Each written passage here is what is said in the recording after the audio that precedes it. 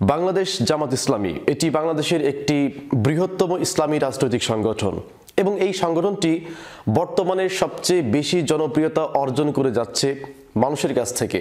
জামাত ইসলামী জনপ্রিয়তা হওয়ার 5টি কারণ আছে। এই 5টি কারণের মধ্যে 1 নম্বর যে কারণটা সেটা হচ্ছে তারা ভোগাস বক্তব্য পরিহার করেছে। ভোগাস বক্তব্য বলতে যে আপনারা বিগত সময় দেখেছেন যে রাজনৈতিক যারা নেতা তারা এরকম আশ্বাস দিয়েছে মানুষকে যে এই যে আমাদের দেশ সিঙ্গাপুর হয়ে যাবে, মালয়েশিয়া হয়ে যাবে, দুবাই হয়ে যাবে, কাতার করে ফেলবো, এত সালের মধ্যে এই করব ইত্যাদি ইত্যাদি। মানুষকে এইভাবে স্বপ্ন দেখিয়ে অদৌ সেটা কিন্তু বাস্তবায়ন করতে পারেনি। তো বাংলাদেশ জামাত ইসলামী এই ব্যাপারটা খুব ভালোভাবে ধরতে পেরেছে যে এদেশের মানুষকে যদি স্বপ্ন দেখায় তাহলে এরা ধরে নেবে আমরা সেই 80-র দশকে 90 দশকে পড়ে আছি। কারণ 90 দশকের যে রাজনীতি সেই রাজনীতি আর এখনকার রাজনীতি আকাশ পাতাল পার্থক্য। সেই সময়ে দেশ ডিজিটাল ছিল না, এত প্রযুক্তির এত সমারোহ ছিল না। তো সেই সময় একজন নেতা একটা বক্তব্য দেওয়ার পরে পরবর্তীতে সেটা আবার চেঞ্জ করে ফেলতো, না এই কথা তো আমি বলি নাই। এখন সেই রকম করার কোনো অপশন নাই। তো জামাত ইসলাম এইটা খুব ভালোভাবে বুঝতে পেরেছে যে বর্তমান যে ইয়াং জেনারেশন এবং বর্তমান যে তরুণ সমাজ এদের মাঝে যদি আমি সেই 80-র দশকের 90 দশকের বক্তব্য যদি আমি বলি তাহলে সেই বক্তব্যকে এরা প্রত্যাখ্যান করবে। তাহলে কি করতে হবে? আমার বর্তমান সময়ের বক্তব্যগুলো দিতে হবে, যার ফলে জামাত এই করব সেই করব কোনো কিছু বক্তব্য তারা না দিয়ে তারা একদম স্ট্রিট পয়েন্টে তারা বলতেছে যে আমরা যদি ক্ষমতায় আসি তাহলে পরে দেশের কিছু কাঠামো সংস্কার করব। ঢুকতে দেওয়া হবে না। শিক্ষা প্রতিষ্ঠানের টেন্ডারবাজি চাঁদাবাজি যারা করবে তাদেরও কোনো ঠিকানা শিক্ষা প্রতিষ্ঠানে হবে না। শিক্ষা প্রতিষ্ঠানে শুধু শিক্ষার চর্চা আর গবেষণা থাকবে। যদি তাই থাকে তাহলে আগামীর বাংলাদেশ ঘুরে দাঁড়াবে ইনশাআল্লাহ। যেটা তরুণ সমাজ বা দেশের যে জনগণ খুব ভালোভাবে বিষয়টা অ্যাকসেপ্ট করেছে যে তারা শুধু এটুকুই বলেছে যে দেশের যে কাঠামো আমরা পরিবর্তন করব, এই পরিবর্তনের ফলে মানুষের দাবি দেওয়া নিয়ে আর যাতে করে কারো রাস্তায় নামতে না হয়, কোনো দাবি দেওয়ার জন্য পুলিশের গুলি যাতে খেতে না হয়, এইটা জামাত কিন্তু বারবার বলতেছে। কিন্তু দেশের এটা করব সেটা করব এইটার কথা একবারও বলেনি। তারা শুধু বলেছে যে আমরা দেশের সিস্টেমকে পরিবর্তন করব এবং এটি বেশ প্রশংসিত হয়েছে এবং জনমনে বা জনগণের যে আস্থা জায়গাটা এই জায়গাতে জামাত ব্যাপক সাড়া ফেলতে সক্ষম হয়েছে।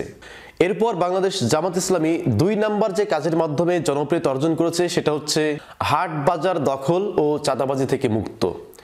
জামাতের যে কর্মীরা এই কর্মীদেরকে জামাত ইসলাম এমনভাবে নিয়ন্ত্রণ করতে পেরেছে যে হাট বাজার দখল এবং ব্যবসা প্রতিষ্ঠান থেকে যে চাঁদাবাজিগুলা করা হয় এই চাঁদাবাজি থেকে জামাত ইসলাম বিরত আছে। তারা চাইলেই কিন্তু তারাও কিন্তু এরকম 15 থেকে 16 বছরের না খাওয়া পার্টি। তো তারা যদি চাইতো যে আমরা আমাদের এলাকায় বা মহল্লায় হাট বাজারগুলা দখল করব, অমুকের বাড়িঘর দখল করব, এরপর অমুক প্রতিষ্ঠানগুলা মার করে আমরা সেখান থেকে চাঁদা তুলব, এই কাজটা কিন্তু বাংলাদেশ জামাত ইসলামী করছে না এবং এই কাজটা থেকে তারা কিন্তু বিরত। যার ফলে বাংলাদেশের অধিকাংশ মানুষ তারা কিন্তু জামাতের এই বিষয়টাকে খুবই ভালোভাবে নিয়েছে এবং যারা ব্যবসা প্রতিষ্ঠানে এখনো পর্যন্ত চাঁদা দিচ্ছে তারা কিন্তু একটা কথা বারবার বলতেছে যে জামাত ইসলামকে যদি আমরা ক্ষমতায় আনতে পারি তাহলে হয়তো আমাদের আর চাঁদা দেওয়া লাগবে না। এবং জামাত ইসলামটা এই আশ্বাসটা তাদেরকে বারবার দিচ্ছে যে আমাদেরকে ভোট দিয়ে তোমরা যদি ক্ষমতায় নিয়ে আসো তোমাদের এই ব্যবসা প্রতিষ্ঠানগুলো সেভ করার দায়িত্ব হচ্ছে আমাদের। এই রকম আশ্বাস অধিকাংশ ব্যবসা প্রতিষ্ঠানে গিয়ে জামাত কিন্তু দিয়ে এসেছে, যার ফলে এই পয়েন্টের কারণে জামাত ইসলাম আরো কিন্তু জনপ্রিয়তা অর্জন করে ফেলেছে। এরপর 3 নম্বরে জামাত ইসলাম যে কাজটার মাধ্যমে জনপ্রিয়তা অর্জন করেছে সেটা হচ্ছে যে উপযুক্ত স্থানে সভা সমাবেশ। অর্থাৎ বাংলাদেশ জামাত ইসলামী এবং তার অঙ্গ সংগঠনগুলা এমন কোনো জায়গাতে তাদের সমাবেশ করছে না বা করেনি এখনো পর্যন্ত যেখানে সমাবেশ করলে পরে জনগণের ভোগান্তি সৃষ্টি হয়, যানজট সৃষ্টি হয়, জনগণের কষ্ট হয় বা জনগণকে কষ্ট দিয়ে যানজট সৃষ্টি করে জামাত ইসলাম সভা সমাবেশ করেছে এরকম রেকর্ড কিন্তু বাংলাদেশে নাই। এই 3 নম্বর যে ঘোষণাটা জামাত ইসলাম দিয়েছে এবং যেটা বাস্তবায়ন করতেছে এটা সত্যি প্রশংসনীয় এবং সারা বাংলাদেশের জনগণের কাছে এটি কিন্তু প্রশংসা অর্জন করতে জামাত কিন্তু সক্ষম হয়েছে। এরপরে বাংলাদেশ জামাত ইসলামী 4 নম্বর যে কাজটার মাধ্যমে জনপ্রিয়তা অর্জন করে যাচ্ছে সেটা হচ্ছে জনমনে আতঙ্ক সৃষ্টি থেকে তারা বিরত রয়েছে। অর্থাৎ তারা এমন কোনো কাজ এখনো পর্যন্ত করেনি যেই কাজটার ফলে জনমনে আতঙ্ক সৃষ্টি হয়। যেমন আমি উদাহরণস্বরূপ বলতে পারি যে দুই পক্ষের সংঘর্ষ, দেশীয় অস্ত্র নিয়ে বিভিন্ন এলাকায় মহড়া দেয়া, এই কাজগুলা জামাত ইসলাম যদি করতো তাহলে কিন্তু জামাত ইসলাম সম্পর্কে মানুষের একটি নেগেটিভ ধারণা আসতো যে ভোটের আগেই যদি জামাত ইসলাম এই শুরু করে দেয় তাহলে তাদের হাতে যদি আমরা ক্ষমতা দিই তাহলে তারা কি করবে।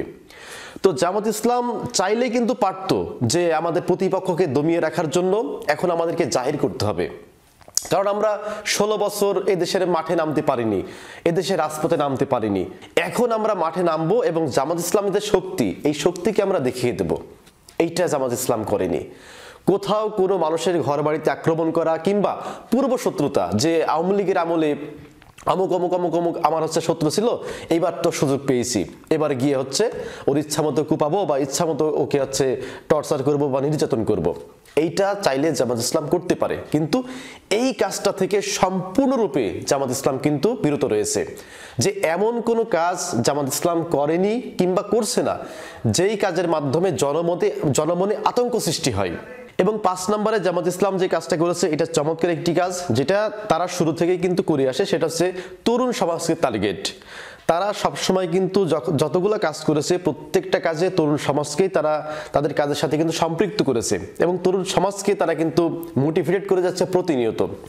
জামাত ইসলাম এই বিষয়টা খুব ভালো করে জানে যে এই দেশের তরুণ সমাজের পালস যদি আমরা বুঝতে না পারি তাহলে এই ক্ষমতায় যাওয়ার যে আকাঙ্ক্ষা বা যে স্বপ্ন এটা কখনো আমরা বাস্তবায়ন করতে পারবো না। তো সুতরাং তরুণ সমাজ কি চায়, তারা কোন জিনিসটা চায় সেই জিনিসটা আমাদেরকে বাস্তবায়ন করতে হবে। আপনারা দেখেছেন যে ইতিমধ্যে তরুণ সমাজ বা এই সাধারণ জনতা যে জামাত ইসলামের যে কাজগুলো নিয়ে সমালোচনা করেছে সেই কাজটা জামাত ইসলাম একবারই করেছে, এরপরে ওই কাজটা দ্বিতীয়বার কিন্তু আর করেনি।